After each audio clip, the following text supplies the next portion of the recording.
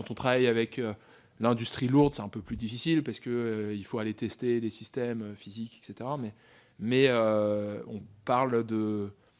Voilà, je pense que vous pouvez voir 10% de la masse salariale et en général, un client achète une technologie si la technologie ne prend pas plus que 50% de la valeur, si vous voulez.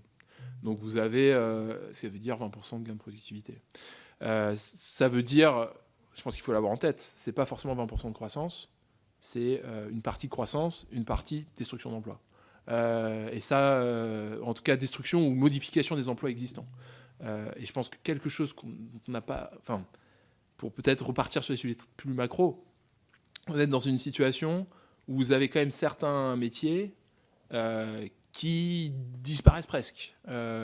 Et donc les gens s'adaptent, ils s'adaptent assez vite. Je pense que ça devrait passer. On ne s'est pas exclu qu'il y ait quand même une augmentation dans certains domaines du chômage et d'une certaine manière un déplacement de la valeur du travail vers le capital. Et le capital qui est pour le moment largement pas du capital européen. Et donc vous avez cette situation qui je pense est assez explosive entre d'une part vous avez peut-être des destructions d'emplois ou en tout cas des modifications très très rapides de la structure de l'emploi en Europe. Vous avez une situation où tout le monde veut de l'électricité et il n'y a pas assez d'électricité, donc vous avez des conflits d'usage. Conflits d'usage, ça veut dire inflation. Donc vous avez de l'inflation potentiellement due à l'intelligence artificielle. Et puis troisième élément, j'en ai parlé tout à l'heure, vous avez un déficit commercial qui explose, c'est-à-dire que sur le plan des services, il est multiplié par 5 dans les 5 prochaines années. Une situation comme ça, c'est quand même relativement... c'est révolutionnaire, quoi. Donc il faut le prendre en compte, je pense, il faut en parler plus, il faut avoir un point de vue plus long terme sur ce que ça veut dire pour l'économie, ce que ça veut dire pour la société, ce que ça veut dire pour les équilibres géopolitiques. Et si on ne le fait pas suffisamment rapidement pour revenir à votre question, on va se retrouver dans une situation où on n'aura aucun choix. Il faut saluer une chose. Il est plus honnête que la moyenne. Il le dit clairement. Ce n'est pas 20% de croissance, c'est 20% de gain de productivité.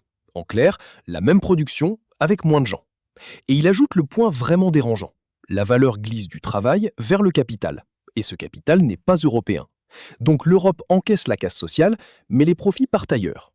Là où je tique, c'est sur le petit « les gens s'adaptent, ça devrait passer », juste avant d'admettre que le chômage peut monter.